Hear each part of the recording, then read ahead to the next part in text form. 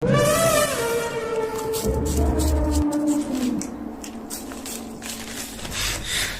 عوضی، کاری ندارم مامانت اینجاست. دست فساله تو اتاق بزنی خودم چرت میدم، فهمیدی؟ خوبه.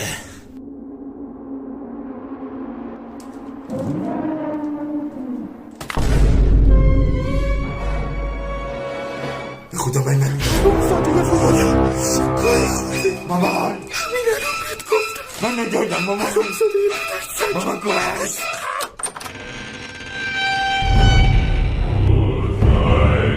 اب نداره قربونت برم، همین که خودت سالم کافی. خالص شما اینجایید. چی شده؟ یه آیپد ساده بود، اب نداره، چیزی خودش سالم باشه، اب نداره. خب بکشش. خیلی رولو به سر کن. چی؟ گفتم بکشش. خیلی مامانش شوختر بود. واقعا؟ جنازه‌رم بنداز تو همون، با اسید حلش کن، مامورا نفهمن. زود کلکشو بکشن. بابا عمو آیپد منو شکوندی ها. من هیچی بلد نیستم. نکنه فصل 4 بیاد بدبخت شدم. وای الان یادم میره دوباره باید مرور کنم. امروز امتحان بود؟ نمیدونم من چیکار کنم، بدبخت شدم. خدا خودت دم کن.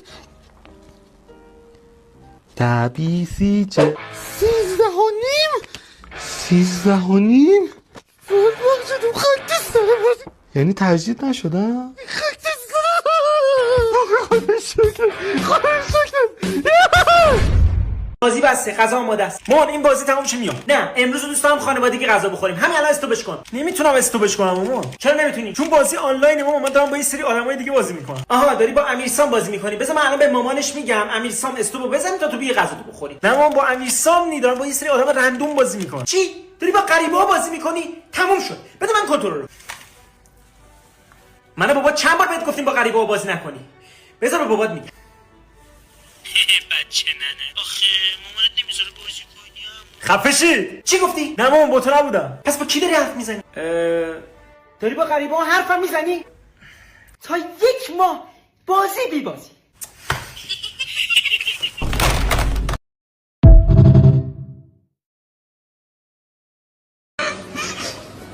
تصورشم سخته. محزامات شیلا رو درخواست کرده. همه دستا بدین. اسم مثل